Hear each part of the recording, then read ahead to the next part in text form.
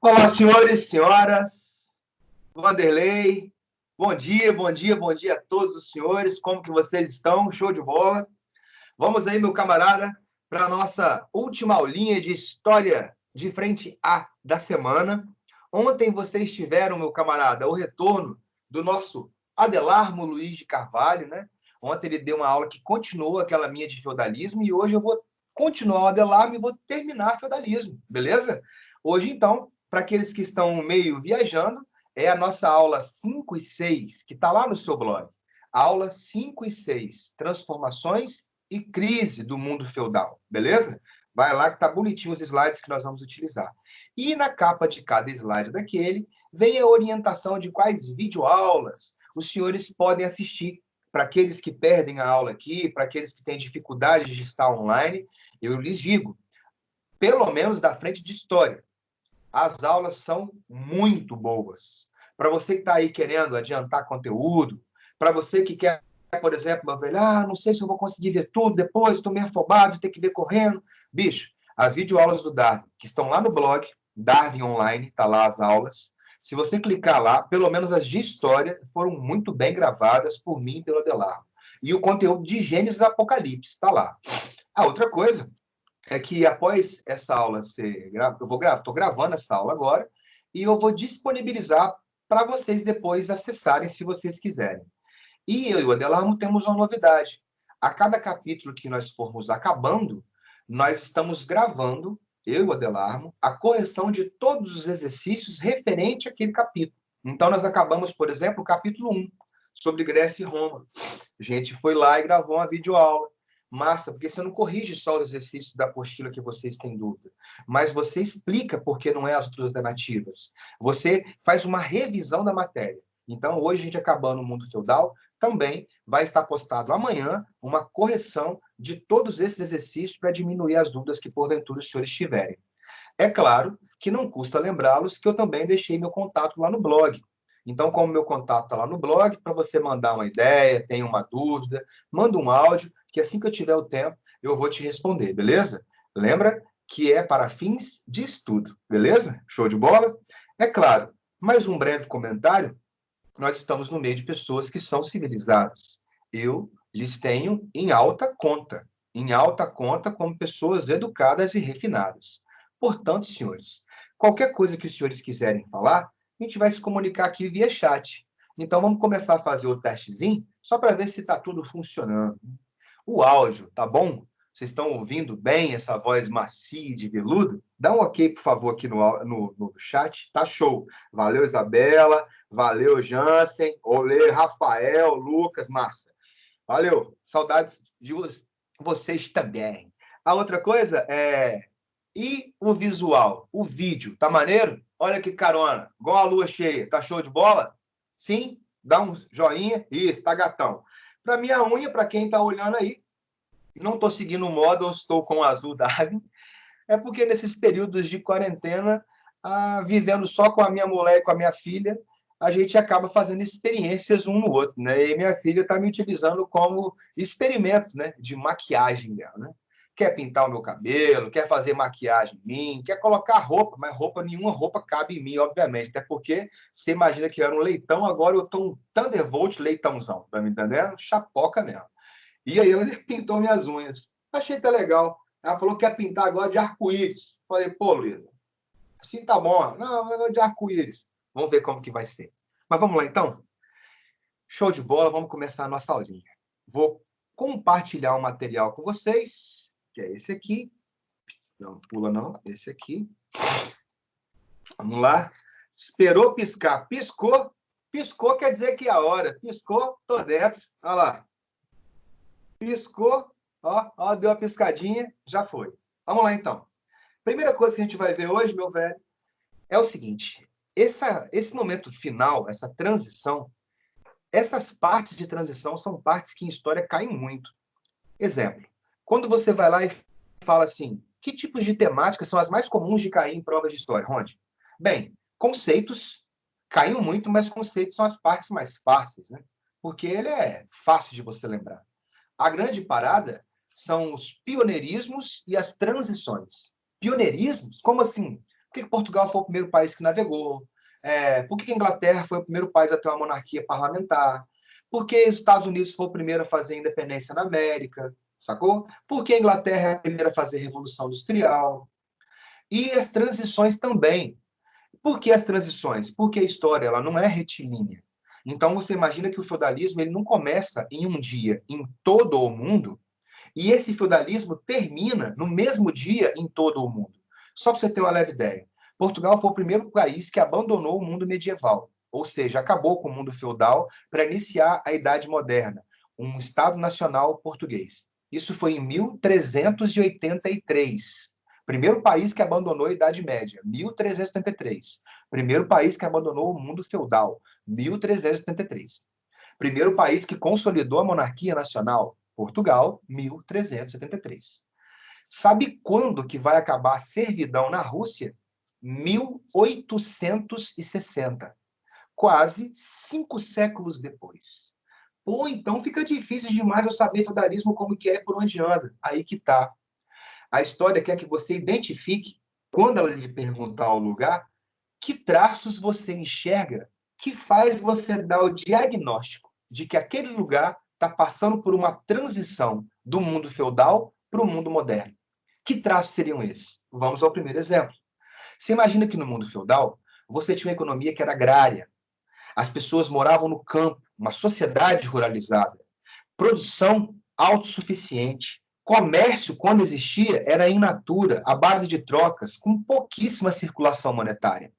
Agora, século XIV, XV, principalmente após as cruzadas que você viu ontem com seu tio Adelardo, você viu que as cruzadas, apesar de não ter reconquistado a Terra Santa, ela resolveu várias coisas.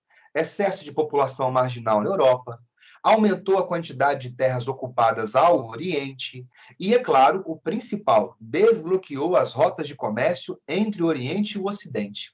As mercadorias agora passam a chegar na Europa numa facilidade e numa quantidade tremendamente maior.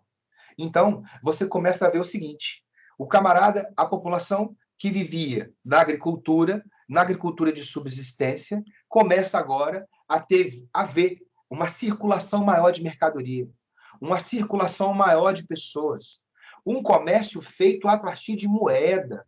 Você começa a observar que as pessoas estão migrando da zona rural e indo para a zona urbana. Por isso que esse momento é reconhecido como o renascimento comercial e urbano. Por quê, Rondinelli? Não é que ele tinha acabado completamente, mas ele minguou muito. Então, em Roma, você tinha grandes cidades e um comércio muito grande, Idade Antiga.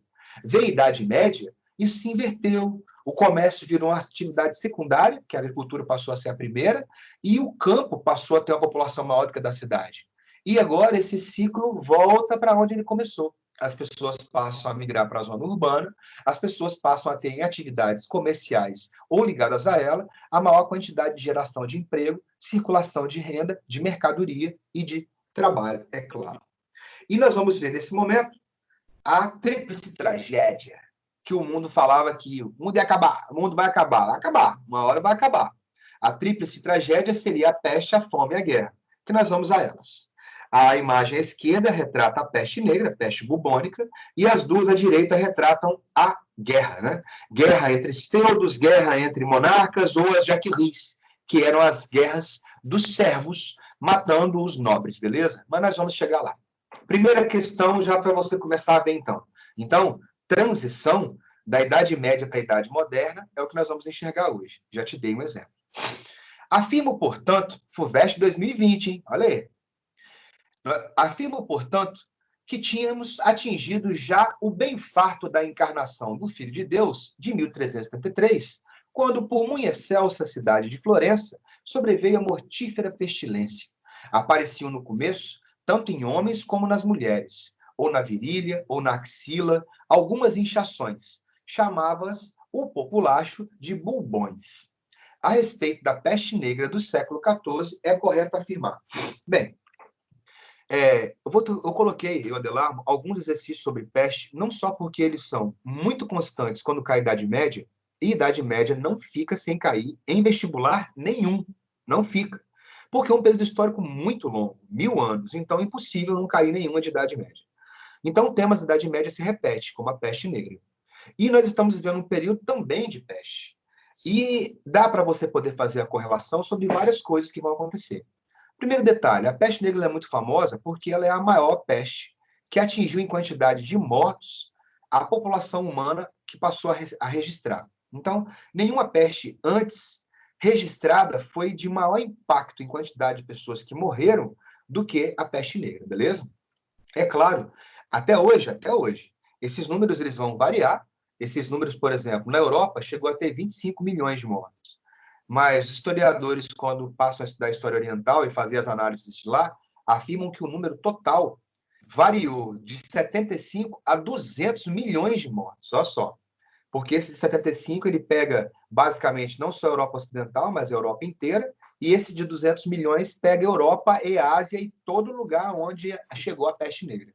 Então você imagina que a peste negra no seu auge, incluindo todos os números, Europa Ocidental, Europa Oriental, Ásia, sacou? Norte da África, ela chegou a dizimar quase 200 milhões de pessoas, só para você ter ideia. E essa peste ela vai se iniciar na Ásia e vai se espalhar na Europa a partir da Itália. Olha só as curiosidades e coincidências que vão acontecer. E o que acaba acontecendo? Essa peste veio, ela não é a primeira peste que a humanidade sobreviveu. Pra você ter uma leve ideia, já teve uma outra peste bubônica antes dessa. No século VI, no Império Bizantino, durante o governo Justiniano, teve peste bubônica. Os historiadores da época chamavam de peste justiniana. Morreram quase 25 milhões de pessoas. Isso no século VI. Quando chegou no século XIV, ela voltou de novo, tá vendo? Ou seja, temos ciclos. Quando nós chegamos a uma condição onde nós vivemos em excesso, essas pragas acontecem. Vou te dar um exemplo, eu sou um cara da roça. Criação de galinha. Criava galinha, beleza, tinha uma quantidade pequena de galinha. Chegou um momento que a quantidade de galinha dentro do espaço que foi reservado para elas não cabia, era galinha demais. Dificulta a circulação delas, o estresse delas e tudo mais que acaba acontecendo. Vem doença, matou quase tudo. Humanos, assim como animais, é assim. Se você passar a viver em quantidade muito grande, muito próximo, e sem ter os devidos cuidados de higiene, se aparece um caso de alguma doença ali, a possibilidade dela se espalhar numa escala gigantesca, ela é enorme. E aí, essa doença saiu então da Ásia e foi para a Europa. Ela veio possivelmente através dos navios que transportavam mercadorias da Europa, da Ásia para a Europa. E nesses navios vinham não só mercadorias, mas vinham também ratos, pulgas e ainda piolhos. Antigamente se achava que o rato contaminado era picado pela pulga, que em seguida a pulga picava uma pessoa e passava a peste para ela.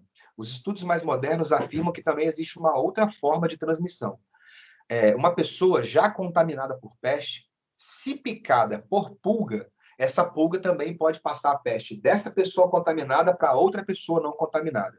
E o outro detalhe que não são só pulgas, piolhos também, beleza? Piolhos também passaram a ser transmissores. Essas foram as últimas novidades a respeito da peste bubônica. E aí, como é que era? A respeito da peste bubônica no século XIV, é correto afirmar que provocou gravíssima queda demográfica, que afetou grande parte da produção da economia europeia. Morreu tanta gente, quando morre muita gente, se observa que vai haver uma diminuição da mão de obra que produz, cara. Então, se você tem uma quantidade menor de produção e muita gente morrendo, você tem o quê? A fome acontecendo. Porque se as pessoas morrem e basicamente a produção agrícola diminui. A produção agrícola diminui, o preço dos produtos ficam caros demais. Se os preços dos produtos são caros demais, a população não tem como ter acesso, sacou? Você, com fome, fica ainda mais debilitado. Mais debilitado, chance de morte é imensa, beleza? Então é uma desgraça, chama outra. Não afirme de que pior não pode ficar, porque pode. E aí, falando em peste negra, a dica desse mês do tio Adelardo é sobre peste negra. Muito massa a dica. E aí, ó, tá aí, acessa lá. A epidemia da peste bubônica, trazida da Ásia, vinha com os ratos dos navios dos mercadores e dizimou aproximadamente 25 milhões de pessoas, como eu te falei, isso aqui na Europa. A peste começou nas cidades, devido às péssimas condições de higiene, que vão favorecer a proliferação, não tem tratamento de água, não tem tratamento de esgoto. As pessoas cagavam, mijavam em pinicos e jogavam na rua. assim como jogavam os lixos todos que você produzia na rua. Lixo entulhado é banco de criação de rato. E rato é um bicho fértil para proliferar, meu velho. Alcançou o campo, não tem como. Se imaginar assim, eu vou para a roça, não vai chegar lá, não. Se você for para uma roça que mora só você e ninguém te visita, pode rolar. Olha lá ainda. Agora, tem visita? Alguém vai te visitar? Você vai entrar em contato com alguma pessoa? A possibilidade de você também adquirir essa parada lá vai ser grande. Aí, como eu te disse, alcançou o campo, causou decréscimo da produção agrícola e a diminuição da mão de obra disponível. Isso vai trazer escassez de alimentos, uma alta dos preços e uma consequente fome. E era uma fome tão grande, senhores, não só pelo fato de que os campos estavam se tornando estéreis por causa do uso contínuo. Mas eu vi com Adelarmo que tinha rotação de cultura. Rotação de cultura, ela serviu por algumas décadas, mas por séculos e séculos não. Se você não fizer reposição do solo, adubação, recomposição, o solo vai ficando carente, não produz mais aquela quantidade. Então, você observa que, além de ter pouca gente, o solo estava extremamente infértil, o solo europeu. E aí, se produz pouco, não tem o que comer, a sua imunidade cai e sua chance de morte se torna cada vez maior. E aí, como que combatia a doença na época? A galera não tinha conhecimento de nada. Você tem ideia, as pessoas, quem é que combatia alguma doença? Era a igreja. Não só porque a igreja tinha o conhecimento científico, que nesse caso, para essa doença, não tinha, ninguém sabia o que fazia, as pessoas achavam que era o quê? Que era porque você tinha cometido um pecado, então Deus estava te punindo, que era porque o fim do mundo estava próximo, era o apocalipse, então Deus estava enviando a novidade, né? Outros colocavam que a culpa era dos leprosos, que estavam transmitindo essa doença porque ela se assemelhava à lepra por causa dos bulbos, do fedor que dava, das partes que começavam a estourar. Outros passaram a condenar os estrangeiros. Não, os estrangeiros trouxeram isso para cá. Assim como você ouve falando até hoje, que a culpa é da China, ela que criou isso, vai vender o remédio, está ganhando muita grana. Você observa, nós estamos no século XXI. Olha a quantidade de coisas que a gente escuta. Olha a quantidade de que não existe essa doença, de que isso é mentira, de que é caô, sacou? De que é febrezinha, de que é gripezinha, sacou? De que só ter fé que não vai acontecer nada. Nós estamos no século XXI. E isso acontece hoje. Você já imaginou no século XIV? No século XV? A mentalidade era muito mais provinciana. Tinha muito menos embasamento científico. E isso que eu fico mais chocado. Porque hoje nós temos um conhecimento científico muito volumoso. E mesmo assim, a galera, em grande parte, vai descrer. E é claro, né? Sobrou para judeusada. Sobrou para judeusada? Sobrou, cara. Mas por quê? Porque além de já existir um sentimento antissemita de que vai afirmar de que os judeus são os culpados do assassinato de Cristo, os judeus viviam em comunidades isoladas nesses países de maioria cristã, pelo fato de haver um antissemitismo. E esses judeus, até hoje, basicamente, eu venho de uma família de judeus, eles tendem a viver mais próximo dos parentes, né? Porque são poucos, porque você vai viver com pessoas que têm a mesma base religiosa e cultural que você tem. Então, fica melhor para você conviver com aquele que é da sua própria cultura, da sua própria religião e por aí vai. O que acaba acontecendo? As pessoas começaram a perceber que naquelas cidades onde tinha peste negra, no bairro dos judeus, a quantidade de mortes era zero ou quase zero. E aí os caras passam a falar, tá vendo? Ó, eles que criaram a doença. E eles já têm a cura, por isso que eles não morrem. E eles não passam a cura pra gente. Ou é um judeu que quer vender essa cura cara para poder ganhar dinheiro. Bicho, o ano de 1388 e 1389 foi um genocídio de judeus em várias e várias cidades da Europa Ocidental. E da Europa Oriental também. Por quê? Porque achavam que eles eram os culpados de transmitir a peste negra. Mas, Rondinelli, o que estava acontecendo? Por que eles eram menos atingidos?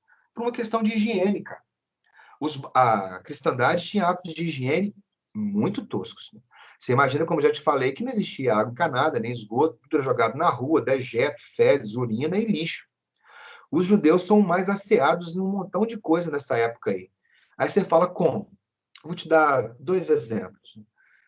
Para o cristão, por exemplo, a maioria dos cristãos não operam de fimose. A maioria dos meninos que estão me assistindo agora não foram circuncidados ou circuncisados. Né? Não operaram a fimose. A fimose é aquela pelezinha que fica assim tampando a cabecinha do seu piruzinho, não tem? É aquele gorro. É muito comum a cristandade ter aquele gorro ali.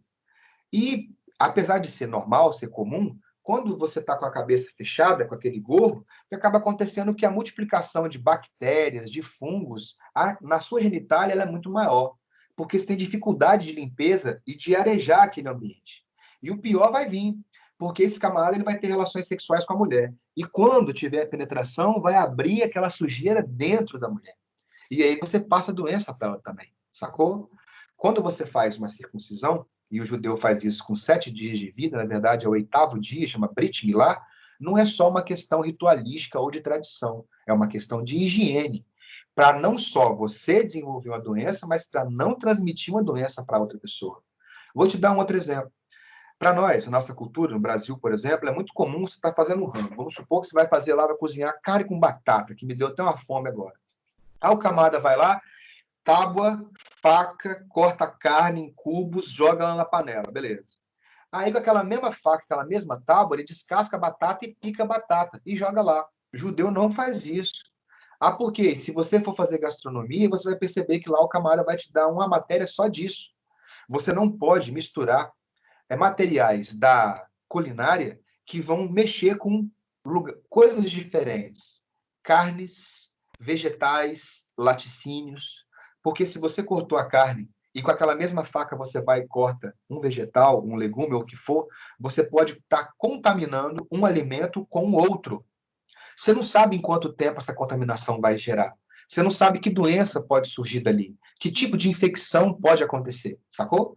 Então, é muito diferente, é muito higienizado. O que acontecia era que, por serem bairros mais limpos, a incidência de ratos era menor, porque não tinha lixo na rua, menos rato, menos pulga, menos doença. Simples assim. E aí você observa que na época os caras, para tratar, faziam orações, cortavam os bulbos, né, para poder fazer a sangria. E o curioso é que eles achavam na época que a doença era transmitida pelo ar. Esse camarada à direita que você está vendo, ele é um cara que vai medicar alguém que tem a parada aí, que tem a peste negra. Por imaginar que ele pegava no ar, os caras usavam essa máscara aí, ó. Essa máscara que tem um bicão grandão, eles enchiam esse bico com ervas aromáticas e pétalas de flores e rosas, que eles achavam que serviria como um filtro para evitar a doença entrar.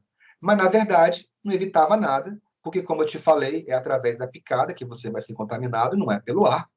E a outra parada servia, pelo menos, como melhorar o cheiro, porque quem está com peste fede. E aí, ó, a partir de 1348, irrompeu-se na Europa. Ah, só uma curiosidade que eu já ia esquecendo.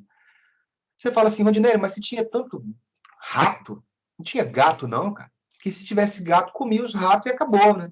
Aí é que tá, velho. A, a cultura europeia, na época, tinha tanta superstição, e igual eu já falo com vocês, que até hoje as pessoas têm também, e superstição é um negócio que trava a humanidade. Superstição trava você enquanto indivíduo, sacou? É você acreditar num negócio que não é para acreditar. É uma trava absurda que o indivíduo tem. Você imagina o camarada falar que se quebrar um espelho tem 7 anos de azar. E você vai acreditar nisso? Você imagina que, por exemplo, que o camarada vai passar debaixo da escada e vai ter 7 anos de azar. Porra, velho. Eu não passo debaixo da escada que possivelmente alguém está em cima dela. Pode cair alguma coisa em cima de mim, só por isso. Não é por causa de 7 anos de azar, não. De que se eu acordei e me deparei com um gato preto na calçada, eu vou ter azar. Por favor. Por favor, porque além de você ser retardado de acreditar em superstições, você é racista. Porque se fosse um gato de outra cor, não tinha problema, me ajuda. Aí os caras na época acreditavam que o gato era um animal satânico, sacou? Que não se sujeitava ao humano, que era ligado a ritos diabólicos. E aí os caras não tinham gatos, olha só. Só depois que passaram a ter, é claro, e a não tratar deles, porque se você trata do gato, dá bastante comida para ele engole e não pega rato mais, começa a mudar a mentalidade da galera. E aí, sobre a peste negra, né? A partir de 1348, irrompeu-se na Europa, proveniente do continente asiático, a chamada peste negra. Seu efeito foi devastador, chegando a provocar a morte de 25% da população europeia durante o século XV, XIV. Durante o século XIV. Sobre a peste negra, podemos afirmar que comunidades judaicas foram responsabilizadas pela epidemia e perseguidas pelos cristãos, que acionavam o sentimento antijudaico existente na Idade Média. Essa outra questão que deve estar aparecendo para você agora, você observa que tem uma imagem, uma gravura de 1349, século XIV. Nessa gravura tem pessoas que vão à frente com estandartes, um outro segurando um crucifixo e outras pessoas em posição de oração ou com os braços ou se batendo. Eu não sei se você consegue ver, mas você observa que os braços estão voltados para trás assim, ó, ou fazendo assim, ó, o braço assim, ou fazendo assim, ó. Isso aí são ordens mendicantes e ordens autoflagelantes.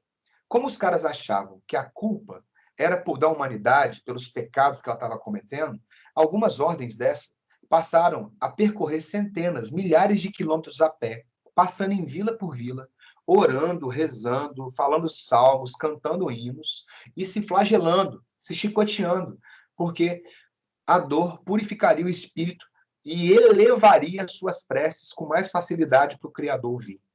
Um detalhe interessante é que nessa época a igreja ela vai ser posta em xeque, porque se a igreja era responsável por sua salvação e sua condenação, se a igreja tinha o monopólio da ligação com Deus, por que a igreja ou o Papa não fez nada para poder acabar com a peste? E aí nós temos vários casos interessantes, cara, onde alguns bispos pediram às pessoas para poderem fazer quarentenas, né? Nessa quarentena seria o quê? Você ficar em casa isolado e fazer orações e preces, né? E aí, o que acontecia quando essas pessoas passavam a fazer essas quarentenas, isoladas, e orando, e rezando, e cantando? O número de mortes caía. Aí elas acreditavam, tá vendo? É só ter fé. Aí saíam de casa, voltavam a circular, o número subia de novo. E aí elas começaram a perceber o seguinte, eu acho que não foi só porque a gente rezou, não, hein? Eu acho que é porque quando a gente volta a circular, a possibilidade de a gente transitar e levar a doença para outros é muito maior. E é claro, a igreja que tinha então o monopólio de ter o acesso a Jesus, de ter acesso a Deus, nesse momento não conseguia acabar com a peste. E é claro, ela vai ser duramente criticada. É bom lembrar que o Papa, ele seria esclarecido pelo próprio Senhor Jesus Cristo, iluminado por ele. E o Papa teria o dom da infalibilidade. Sacou, cara? O primeiro Papa que disse que não possui o dom da infalibilidade é o atual, é o Mário Bergoglio, o Francisco. E aí a resposta. As irmandades flagelantes percorriam a pé regiões da Europa cantando salmos e hinos religiosos, como forma de penitência para escapar dos castigos divinos que acreditavam estar relacionados com a peste, que dizimavam grande parte da população. Beleza? Mais uma sobre peste da Idade Média, leia o texto e analise a figura. Universidade Estadual de Londrina. A peste negra ou morte negra era assim chamada porque no seu desenvolvimento provocava hemorragias subcutâneas que assumiam a coloração escura no momento terminal da doença. A morte dava-se em 3 ou 7 dias, a 7 dias. E depois de contrair a patologia, e levava de 75% a 100% dos acometidos. Então, como eu te falei, 25% das pessoas que contraíram a peste vão sobreviver, apenas 25%. O agente causador da peste era transmitido pelo rato por meio das pulgas e sua penetração na pele humana causava uma adenite aguda, que recebia o nome de bubão, principal sintoma da doença. Daí também o nome peste bubônica. Bubão é bulbo, né? E como eu te disse, esses bulbos acontecem principalmente nas regiões de juntas, né? Axilas, virilha, atrás dos joelhos, entre o braço e o antebraço, entre o punho, aqui nos gânglios, ó, de pescoço para baixo, encostando no ombro. E a imagem 2, a dança macabra, se observa aí cadáveres ou esqueletos, né? Que estão puxando pessoas. Nessa ideia, a morte ela começou a bater na sua porta, literalmente. Como só 25% das pessoas que pegavam a doença morriam, você imagina então que numa comunidade aí de 100 pessoas poderiam morrer todos, sacou?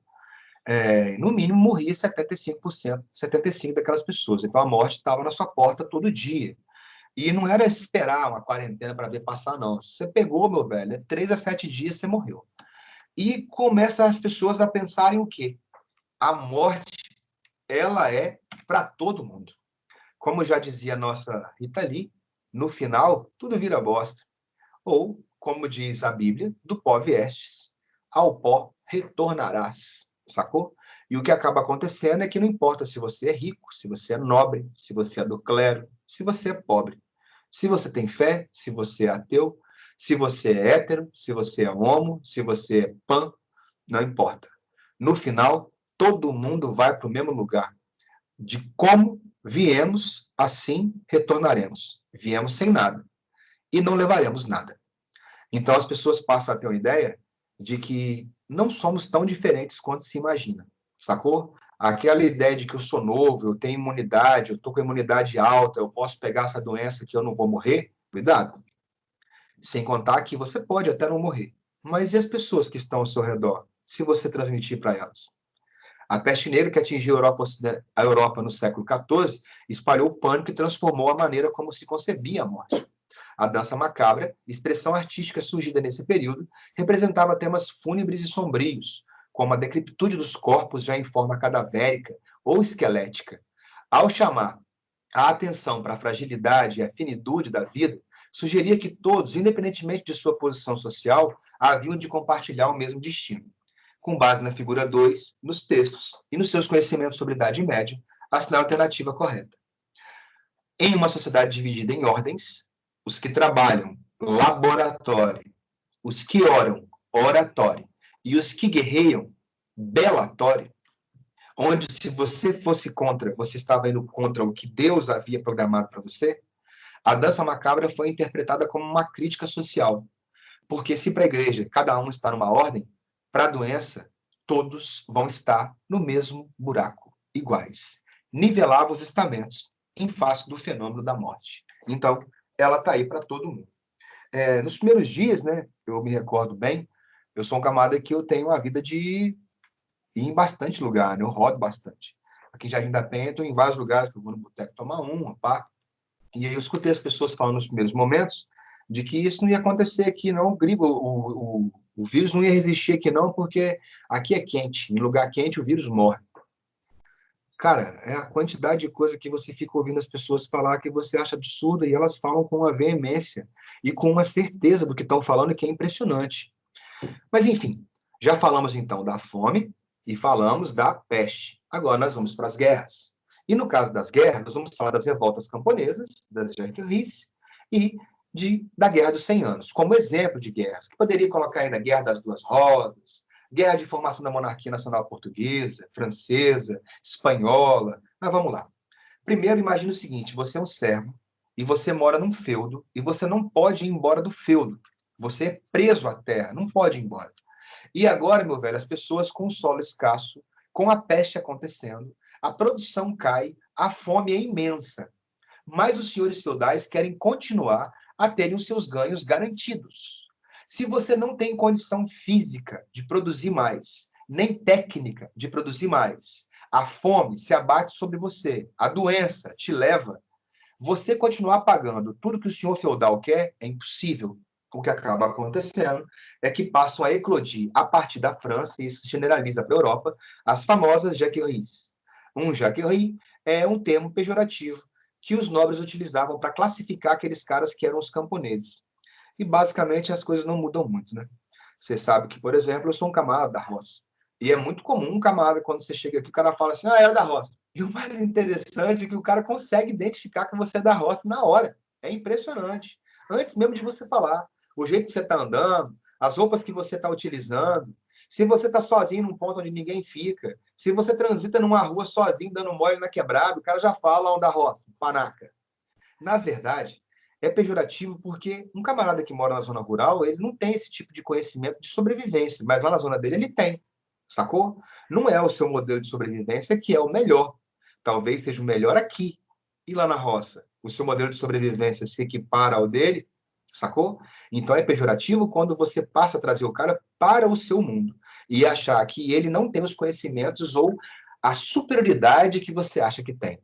Então, esse ser um Jacques Bohrom ou um Jacquerie era nada mais do que um camarada da roça, um inculto, um camarada que só trabalha no serviço pesado, que não tem capacidade intelectual, beleza? O que acabou acontecendo é que essas revoltas, devido à fome, à cobrança dos impostos, vai se abater sobre os senhores feudais. E muitos, milhares de servos e de nobres e de senhores feudais vão morrer nesse processo. Eu me recordo da época que eu estava na UFES, que o professor deu um texto sobre isso aí, sobre uma Jacquerie, e aí teve um texto que me marcou bastante, que narrava assim, os servos de um feudo conseguiram atravessar a muralha do castelo e invadiram o castelo, mataram a criadagem fiel ao senhor feudal, pegaram o senhor feudal, deixaram ele nu e colocaram ele para assar, rodando assim no rolete, sabe? Igual o porco no rolete. Deixou ele vivo, rodando lá, sendo assado vivo. Enquanto ele era assado vivo, a mulher dele e as filhas dele passaram a sofrer estupros seguidos e coletivos por parte dos servos. Que depois de todas elas serem estupradas coletivamente, elas foram empaladas. Depois você vê o que é ser empalado. É introduzir uma madeira ou uma haste pelo seu ânus que vai te atravessar e vai vazar na boca, só para você ter uma leve ideia. Então foram revoltas extremamente violentas, que acabou acontecendo e gerando o quê? Os senhores feudais, pressionados, vão acabar liberando os servos para irem embora. Ou, muitas das vezes, mesmo sem deixar ir embora, os servos vão fugir. Se os senhores feudais, para conseguir dar alguma coisa, sobreviver, deixam os servos ir embora, ou os servos fogem, eles não vão para outro feudo. Eles vão para onde? Eles vão para a zona urbana. Porque lá teria maior possibilidade de emprego, maior liberdade, sem os impostos que o senhor feudal cobra. Olha o que está acontecendo. Renascimento comercial e urbano. Tá vendo você identificando os caras saindo da zona rural para a zona urbana?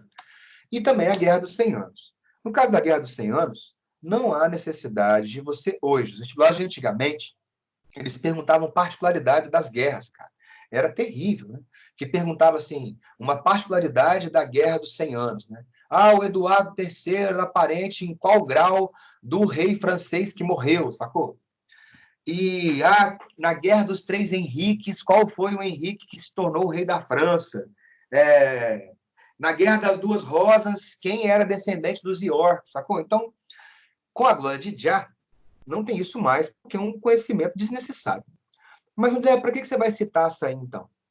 Porque essa guerra, ela é citada como forma de você enxergar os acontecimentos que levam à transição da Idade Média para a Idade Moderna, que fazem o poder pulverizado no mundo feudal se tornar um poder centralizado no mundo moderno, na figura do rei, que passa a criar um sentimento de nacionalidade. Por exemplo, guerras são importantes para isso. Portugal e Espanha tiveram a formação de suas monarquias, os seus estados nacionais modernos, a partir de guerra, que foi a Guerra da Reconquista, dos cristãos contra os muçulmanos. Então, se antes você morava no feudo, era diferente do outro, do outro, do outro, quando vem uma guerra, você passa a perceber, ó, nós falamos a mesma língua, hein? Ó, nós temos a mesma base religiosa, hein? Ó, o senhor feudal suzerano de todos aqui é aquele lá, que é o rei, hein? Você passa a ter sentimentos e coisas que unificam e formam a identidade. Mas, para você não ficar viajando, vamos lá passar um pano rapidinho nessa guerra dos 100 anos, que a primeira coisa não são 100 anos, são 116 anos. E aí o que acontece? Porque ela teve período, ela não foi constante, tiveram períodos de trégua. E se fosse para poder dividir a guerra dos 100 anos, eu dividiria em 3 momentos. Um primeiro momento, de vitórias francesas, inglesas, desculpa, um momento de trégua e um terceiro momento onde os franceses conseguem recuperar o que eles perderam. Mas vamos lá. O que acontecia? A França era maior do que era hoje. E a França ela dominava uma região que se chamava Flandres nessa época, que hoje seria, por exemplo, a Holanda e a Bélgica, beleza? A região da Flandres, então, pertencia à França. Essa região da Flandres produzia muita ovelha, muita lã. Só que essa lã era vendida não para a França, era vendida para o outro lado do mar, para a Inglaterra. Então, o que acabava acontecendo? Já havia aí uma motivação econômica. A Inglaterra, ela queria tomar Flandres para ela. Por quê? Porque aí ela teria não só a tecnologia de fazer o tecido, mas ela teria a região produtora da matéria-prima. E, é claro, por outro lado, a França não queria perder a Flandres de jeito nenhum, e a França queria que a Flandres vendesse os produtos para a França, não para a Inglaterra. E aí o que acontece? No meio dessa disputa pela Flandres, se ela deveria ficar com a França, a qual ela pertence, ou se ela deveria ser incorporada à Inglaterra, que queria, o rei morreu. O nosso camarada Carlos IV, rei francês, morreu sem deixar herdeiro. Problema de você morrer sem deixar herdeiro. Vai assumir um outro, um parente. E aí apareceram dois, cara. Um, sabe quem que era? Eduardo III, parente do rei que morreu. Era sobrinho dele. E, é claro, os franceses ficaram loucos, né? Não vão deixar um inglês governar a França. Vamos colocar um. Nós também temos um sucessor. Quem que era? Filipe de Valois, que era parente do rei falecido no grau de primo. Então, olha bem, O rei Carlos IV morreu, não deixou herdeiro. O Eduardo III, rei da Inglaterra, tinha grau de parentesco com o rei, então ele poderia assumir o trono. E tinha o tal do Filipe de Valois, que era francês e também parente do rei, poderia assumir o trono. Os franceses, é claro, você sabe qual que eles iam querer, um francês no trono. E eles tiveram uma outra justificativa, um negócio chamado Lei Sálica. A Lei Sálica, que existia na França, falava o seguinte: só pode ocupar o trono, em caso de linhagem sucessória, a linha paterna. Resumindo, o Eduardo III era parente do rei falecido? Era. Tinha direito ao trono? Não. Por quê? Porque ele veio da linhagem materna, ligado ao rei. Já o Filipe de Valois era parente do rei? Era. De linhagem paterna ou materna? Paterna. Então ele pode. E aí, meu velho, é claro, o rei inglês não aceitou tirar ele da jogada, não aceitou essa lei sálica e sabia que aí ele não teria a menor chance de ocupar a Flandres. A Inglaterra invade a França. E foi uma invasão devastadora dos ingleses sobre a França. Não só dominaram toda a Flandres, como dominaram a parte central da França, dominaram a capital, Paris. E aí, cara, um desgaste imenso, gente morrendo de peste, morrendo de fome, morrendo por causa da guerra. Nós tivemos um intervalo, sacou? E se fosse para eu trazer para os termos futebolísticos, imagina aquele Brasil e Alemanha. Você imagina lá que nós tomamos 7 coco, né? Pois é. Imagina que teve o primeiro tempo, Inglaterra 7, França 1. Beleza? Foi para o intervalo. Esse intervalo foi o período de trégua não declarada, que as economias estavam tão fragmentadas, a crise de produção era tão grande, que os países tiveram um período de alguns anos para se recuperar, para voltar à carga. A terceira fase é a fase em que a Inglaterra está quase ocupando a França completamente. Faltava um pedaço mínimo para poder a Inglaterra conquistar a França completamente, quando apareceu uma moça de 16 anos de idade, chamada Joana d'Arc, que afirmava que conversava com o arcanjo Gabriel e com a Maria, Nossa Senhora, Maria. E aí acontecia o quê? E, de acordo com a Joana d'Arc, Nossa Senhora e Arcanjo Miguel disseram para ela levar a boa nova aos franceses e ao rei da França, que eram para eles ter fé no Deus católico, que o Deus católico de verdade estava do lado dos franceses, que eles iriam conseguir ganhar a guerra. Cara, se foi milagre ou não, aí depende de que religião você tem. Aquilo elevou o moral dos franceses, e com a Joana d'Arc em campo de batalha, os franceses foram reconquistando território. 7-1 virou 7-2, 7-3, 7-4, 7-5, 7-6, 7-7. A guerra terminou aí, 7-7. Os franceses conseguiram retomar todo o território que eles perderam, inclusive a Flandres. Ah, mas terminou empatado. Terminou. Mas para os ingleses, com gosto de derrota, porque ampliaram um monte de território e perderam no final. E para os franceses, com gosto de vitória, porque perderam muito território, mas recuperaram no final. A Joana d'Arc vai ser capturada durante esse processo, a ordem dos ingleses, vai ser condenada como bruxa e vai ser queimada na fogueira, beleza? E aí, onde que essa guerra aí, onde entra nesse processo de fim da Idade Média para a formação da Idade Moderna, das monarquias nacionais? Primeiro, as batalhas deixaram milhares de mortos dos ambos os lados. Isso causou uma devastação da produção agrícola que nós já falamos. No plano político, a burguesia colocou um rei no poder, Valois. Rei e burguesia se aliaram. Lembra da parada? Aliança rei e burguesia? A outra coisa, liquida a possibilidade da Inglaterra tomar algum território da França. E o mais importante dessa guerra, penúltima bolinha vermelha aí, ó. O período de guerras enfraqueceu a nobreza francesa. À medida que os nobres morriam, seus feudos iam passando para o domínio do rei, debilitando assim o sistema feudal, não só na França, como também na Inglaterra. Você imagina que antes o poder estava muito concentrado nos nobres, beleza? Boa parte dos nobres se matam na guerra. Se a nobreza diminuiu em número, facilita o processo de domínio do rei sobre aquela categoria. Beleza? Outra coisa, muitos desses nobres iam para campo de batalha e morriam sem que deixar de herdeiro. Nobre que morreu em campo de batalha sem deixar herdeiro, a terra volta para o rei. Mais terras concentradas na mão do rei, mais poder o rei tem. Menos nobres para o rei tomar conta, mais fácil do rei dominar os nobres será. beleza? Dessa forma, você passa a ter, então, a formação dos estados nacionais. Aliança rei-nobreza, aliança rei-burguesia, passa a ter uma identidade comum, eu passo a ter uma língua comum, um governo único, centralizado. E aí, chegamos na última parte, que é a parte da igreja. A parte da igreja é uma parte onde você vai falar a respeito de coisas que vocês já viram, na verdade, uma revisãozinha pequenininha para chegar no finalmente. Você lembra que o Teodósio, através do Edito de Tessalônica, oficializa o cristianismo. No entanto, em 325, a igreja ela vai ser organizada num formato muito parecido com o que ela é hoje. É nesse concílio de Nicéia que os caras vão definir a doutrina da igreja, o rito da igreja, o dogma da igreja. Tipo, qual que é a ordem hierárquica? Tipo, quais livros vão ser considerados sagrados e vão ser incorporados à Bíblia? Tipo, vamos colocar como dogma o voto de pobreza, o voto de castidade, o celibato. Dogmas são afirmações feitas pela igreja para o funcionamento da igreja, que não existem lá nas escrituras bíblicas, beleza? Igual, por exemplo, a confissão. É dogmático. A igreja que criou a confissão.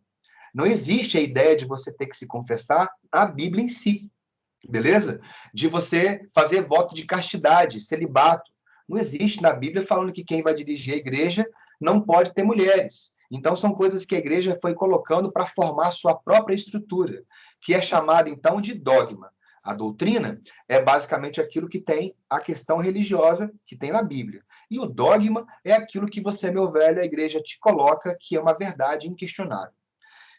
O que acontece? Não só se torna religião oficial, como organiza e estrutura a igreja, Concílio de Nicéia, e, é claro, agora passa a ter um chefe supremo da igreja, que é o Papa. O primeiro aí vai ser o Leão I. A igreja, já falamos, então é só para passar rápido, ela sobreviveu à Idade Antiga, nasceu na Idade Antiga, sobreviveu à Idade Média, converteu os povos bárbaros, preservou a base da cultura greco-romana, porque a maior parte dos textos que vão compor a base do cristianismo vem do hebraico e aramaico e vão ser transmitidos através de textos, vão ser traduzidos para o latim e para o grego. E a igreja não só sobrevive ao período da Idade Média, como a igreja era a maior possuidora de terras, como a igreja era a maior detentora do poder espiritual e também do temporal. Você imagina, por exemplo, que nessa imagem que você está vendo aí, ó, esse cara que está sendo coroado é o Carolus Magnus, Carlos Magno. Ele está de joelhos perante o Papa. O Papa está acima do poder do monarca. O monarca só tinha autoridade se ele fosse coroado pelo Papa. Aí você observa que curiosidade aqui, só para adiantar um pouquinho a matéria. O rei conseguiu fazer uma aliança com a burguesia. Ótimo.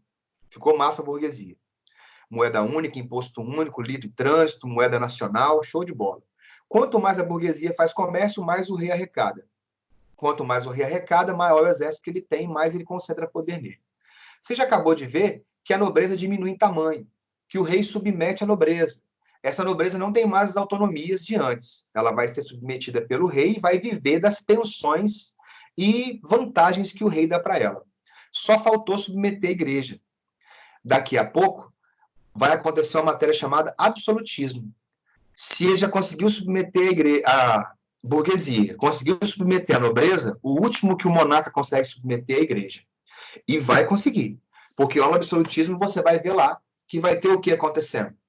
Os camadas falando que o poder do rei vem de Deus. O rei é um representante de Deus na terra. Os reis vão conseguir submeter a igreja com uma base simples. Ou vocês passam a ficar abaixo de mim e me apoiar enquanto rei, ou eu vou mudar de religião, e se eu mudar de religião, toda a minha população muda, e você perde em fiéis e influência em dízimo. Então a igreja acaba se submetendo à autoridade real, mas lá na frente, quando tiver a matéria do absolutismo, beleza? Aí, ó, questãozinha do Enem, ó, 2020, ó. O cristianismo incorporou antigas práticas relativas ao fogo para criar uma festa sincrética. A igreja retomou a distância de 6 meses entre o nascimento de Jesus Cristo e João Batista e instituiu a data da comemoração deste último de tal maneira que as festas do solstício de verão europeu, com suas tradicionais fogueiras, tornaram-se fogueiras de São João. Olha que curioso. A festa de fogo e da luz, no entanto, não foi imediatamente associada a São João Batista.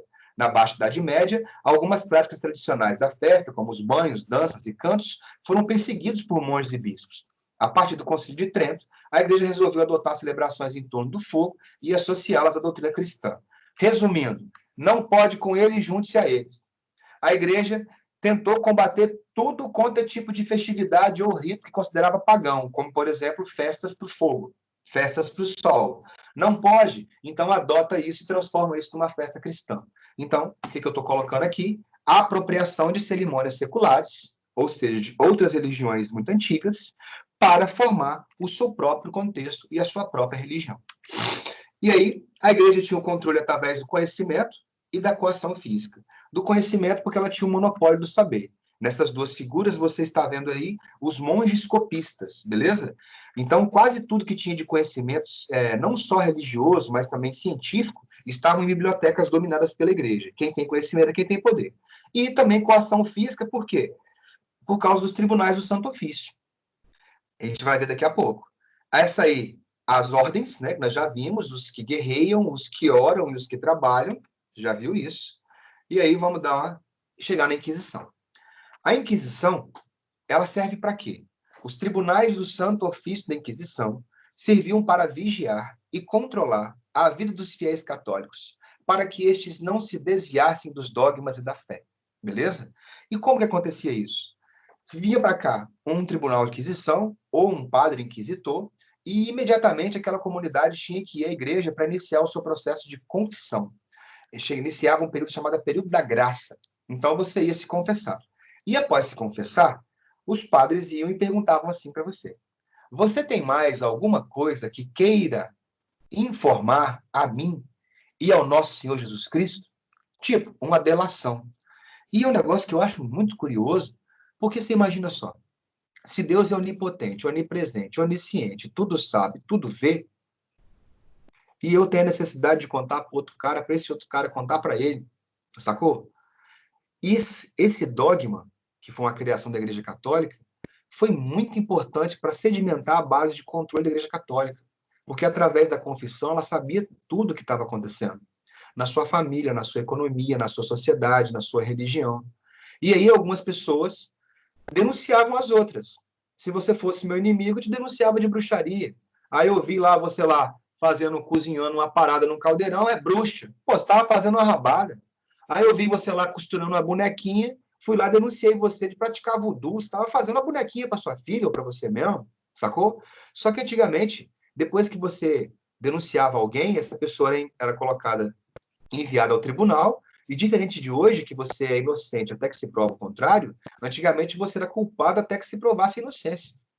E aí, como que eu ia provar que eu não sou bruxo? Ah, me traz uma vassoura, vou montar nela. Se ela não voar, é porque eu não sou bruxo. Peraí, vou montar nela. E lá vamos nós. Ó, não vou. Outra vassoura. E lá vamos nós. Tá vendo?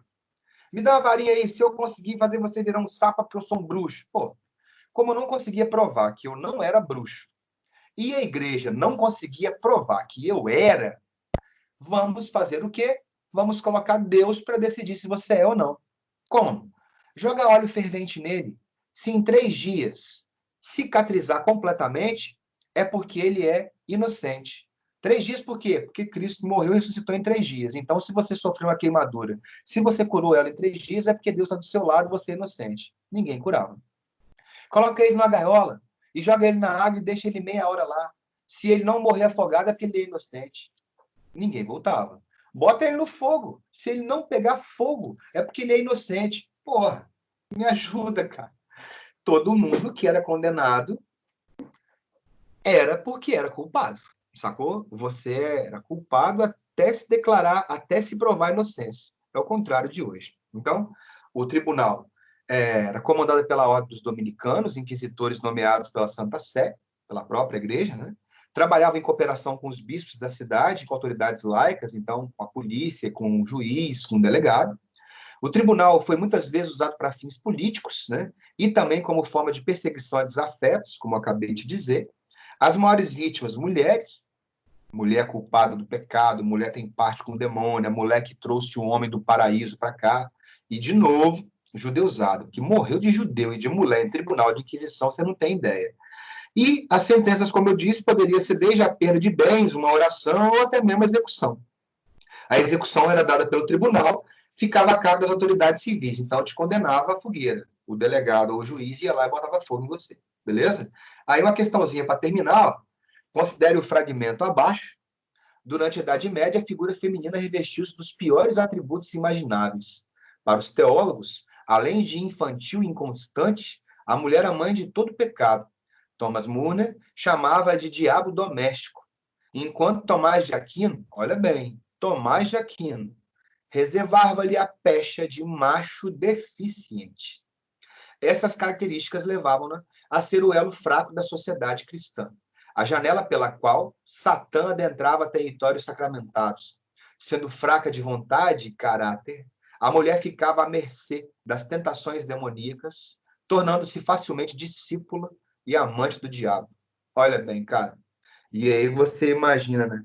Embasamentos para perseguições a mulheres vêm desde longa data.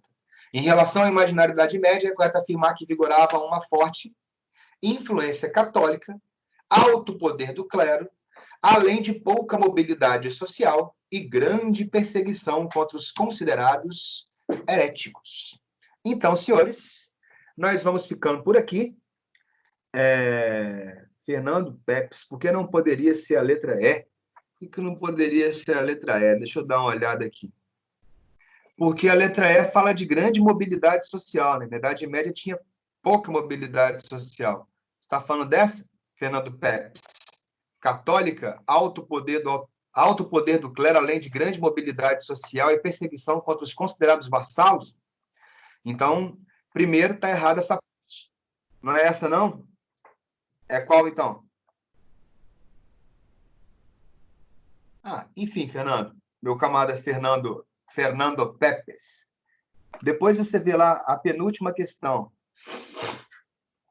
Tá. A do Enem. Não é essa, não. Antes da Inquisição. A do Enem, eu acho. Do Enem. Deixa eu ver aqui. Vou voltar rapidamente aqui para a gente ver, velho. Vamos ver aqui. Vamos ver aqui a do Enem. Do Enem. Essa do Enem? Ressignificação de rituais fundamentalistas. Essa do Enem? Se for essa do Enem, não pode ser essa, porque não era fundamentalista. Fundamentalista é quando algo é muito específico de uma religião só, sacou? E na ocasião aí, festividades como, por exemplo, do fogo, são comuns a qualquer tipo de religião antiga, sacou? Não necessariamente tem que ser um fundamentalista para poder adorar o fogo, adorar o sol. Por isso que essa letra F fica errada, pode crer, Peps. E como eu estava dizendo, galera, se vocês tiverem dúvida, eu deixei o meu contato lá na questão, beleza? Deixei meu contato na questão, não, lá no blog.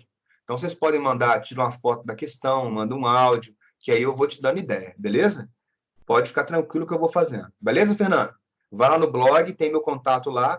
Questões, se vocês tiverem dúvida, tira a foto da questão e grava o áudiozinho. Professor, não pode ser esse aqui, papapá, e aí eu vou e mando para você de volta, beleza? Senhores, no mais, deu o nosso horário. Beijo para vocês. Tenham uma boa tarde, um bom final de semana e espero estar com vocês muito em breve. Até mais. Boa tarde, que eu vou agora fazer um ranguito para ficar mais gordito. Adiós. Tchau.